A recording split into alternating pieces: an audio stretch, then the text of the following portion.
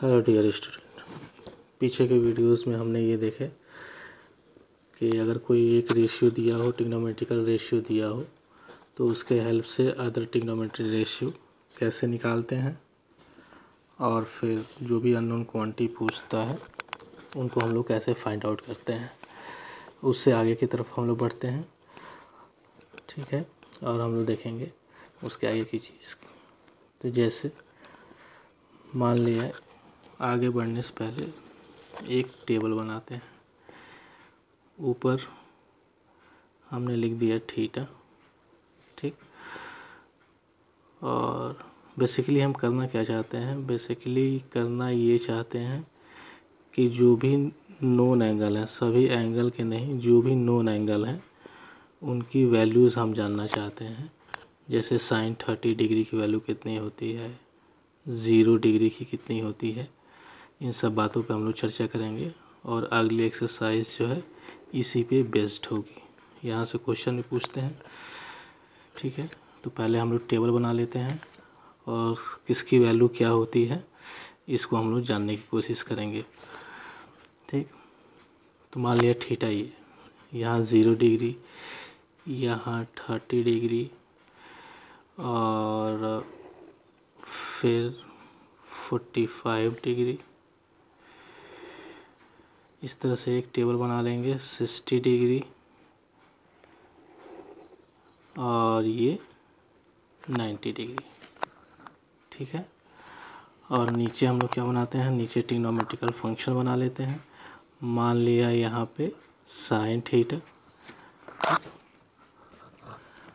तो कुछ known angle हैं, सभी एंगल की वैल्यू जो है, होने को तो सभी एंगल की वैल्यू होती है, लेकिन कुछ नोन एंगल होते हैं उनकी वैल्यूज़ हमको पता होनी चाहिए, ठीक।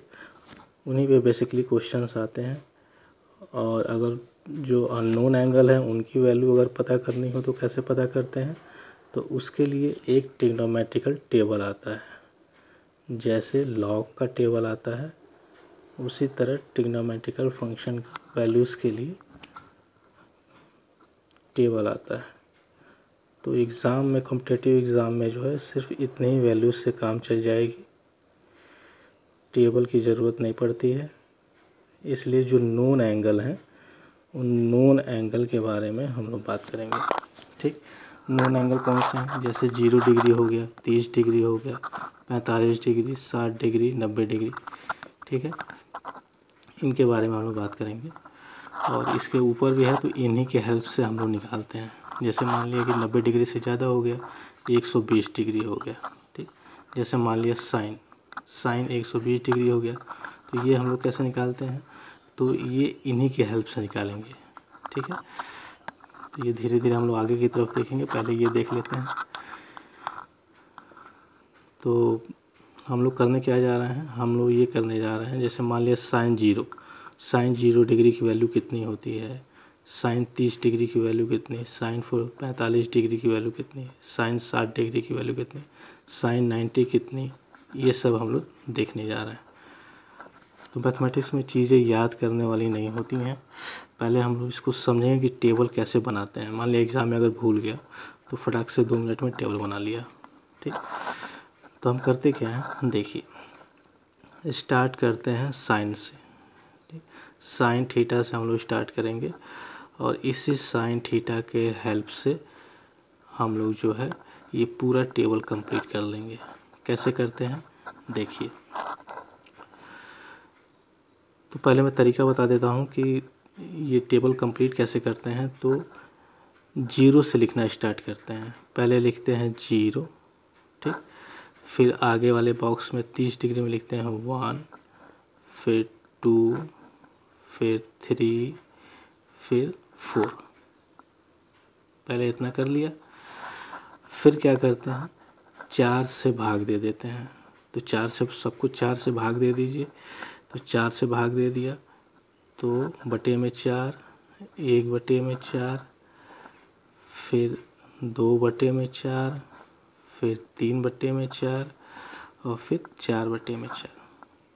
पहले क्या किया, पहले जो है 0 से लेके 0 से गिनती गिनना शुरू कर दिया, 0 1 2 3 4, ठीक। ठीक, ये मैं तरीका बता रहा हूँ कि वैल्यू कैसे निकालते हैं। और फिर क्या किया, 4 से भाग दे दिया, तो सबको हमने क्या किया, 4 से भाग दे दिया। 4 से भाग देने के बाद फिर क्या करते हैं, स्क्वायर रूट ले लेते हैं, करनी में इनको ऐसे लिख लेते हैं, सबके ऊपर करनी लगा दिया, ये स्क्वायर रूट, सभी नंबर का स्क्वायर रूट ले लिया। ठीक, तो देखिए 0/4, यहाँ साइड में देख लीजिए 0/4। ठीक, तो ये कितना आ गया, ये आ गया 0, और इसका क्या है, स्क्वायर रूट है, तो 0 का स्क्वायर रूट 0, तो ये आ गया 0। तो इसका मतलब साइन 0 डिग्री की वैल्यू, साइन 0 डिग्री की वैल्यू 0 होती है।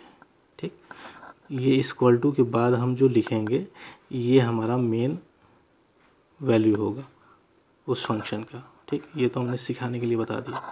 तो साइन 0 डिग्री की वैल्यू कितनी, 0।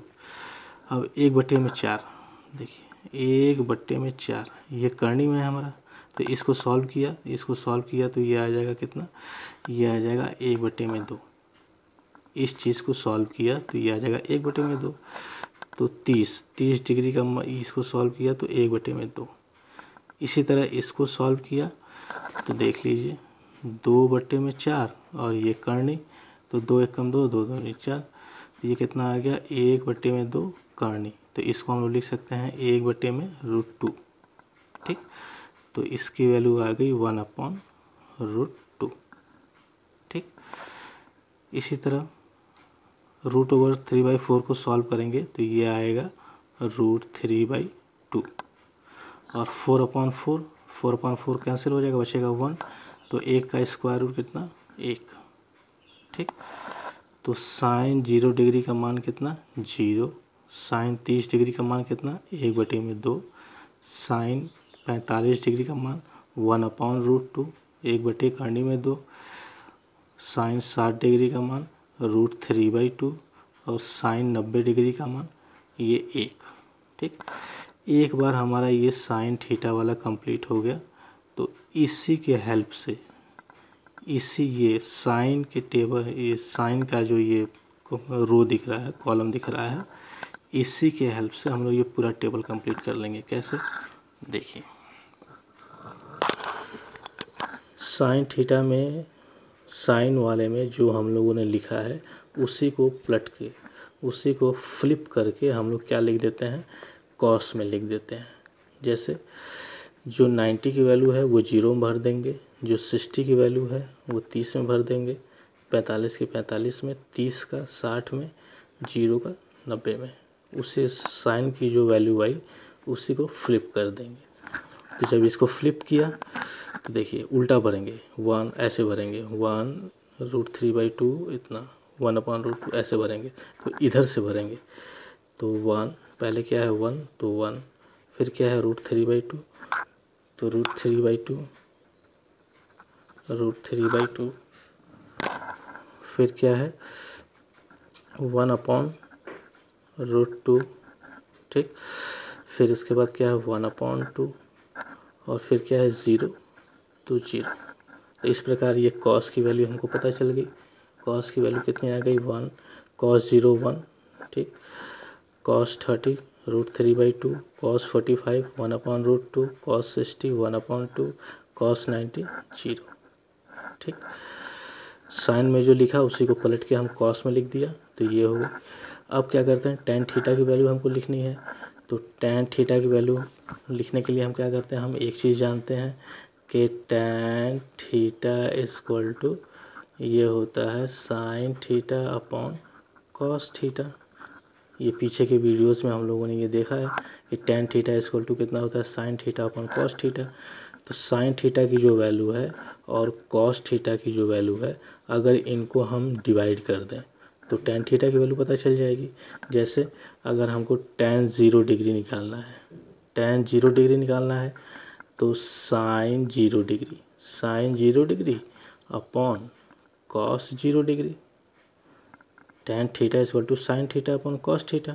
तो अगर हमको 0 डिग्री की वैल्यू निकालनी है तो इसका मतलब sine 0 degree upon cos 0 degree. Sine 0 की वैल्यू कितनी होती है, साइन 0 की वैल्यू होती है 0, तो लिख दिया 0, और फिर कॉस 0 की वैल्यू तो cos जीरो की वैल्यू 1, तो लिख दिया 1। तो 0 अपॉन 1 0। तो इस प्रकार tan जीरो की वैल्यू कितनी आ गई 0। तो बेसिकली हम इसको डिवाइड करते हैं दिस अपॉन दिस ऐसे डिवाइड करते हैं। तो tan जीरो की वैल्यू होती है 0। फिर 1 अपॉन √3/2 इसको सॉल्व किया तो देख लीजिए, 1 2 करके मैं दिखा देता हूँ क्या है। 1/2 अपॉन √3/2, तो 1/2 अपॉन √3/2 इसको सॉल्व करेंगे तो 1/2 इंटू 2/√3, ये कैंसिल आउट हो जाएगा, कितना बचेगा 1/√3। तो tan 30 की वैल्यू कितनी आ गई 1/√3। इसी तरह इनको डिवाइड किया तो ये आ जाएगा 1। ठीक, इनको डिवाइड करेंगे तो ये आएगा बेटा √3, और इनको डिफाइन करेंगे, देखिए ये आ जाएगा 1/0। कितना आएगा, ये आएगा 1/0। तो 1 मैथमेटिक्स का ये रूल होता है कि डिनोमिनेटर में 0 नहीं होना चाहिए। तो यहाँ 0 आ गया, तो जिस भी फ्रैक्शन में अगर डिनोमिनेटर में 0 आ जाए तो उसको हम लोग क्या लिखते हैं, उसको हम लोग लिखते हैं अनडिफाइन। अनडिफाइन का मतलब कि परिभाषित नहीं है। ठीक, जिस भी फ्रैक्शन के अपॉन में 0 आ जाए वो अपरिभाषित होता है। ठीक, उसको परिभाषित नहीं किया जा सकता, इसलिए इसको बोलते हैं अनडिफाइन। और कहीं कहीं पे इसी चीज़ को जो है किससे दिखा देते हैं, इन्फिनिटी से दिखा देते हैं। ठीक, तो 1/0 को इन्फिनिटी नहीं लिखते, ये एक नोटेशन है, नोटेशन। इन्फिनिटी नाम की कोई चीज़ नहीं होती है, ये सिर्फ दर्शाने के लिए एक साइन है। ठीक, तो बेसिकली हम लोग लिखते हैं यहाँ कितना है tan 90 को हम लोग क्या लिखेंगे, अनडिफाइन। अनडिफाइन लिखेंगे। क्यों अनडिफाइन, क्योंकि डिनोमिनेटर में कितना आ गया 0। ठीक, और इसी अनडिफाइन को कहीं कहीं पे इन्फिनिटी लिख देते हैं। ठीक, ऐसे। अब हम लोग जानते हैं कि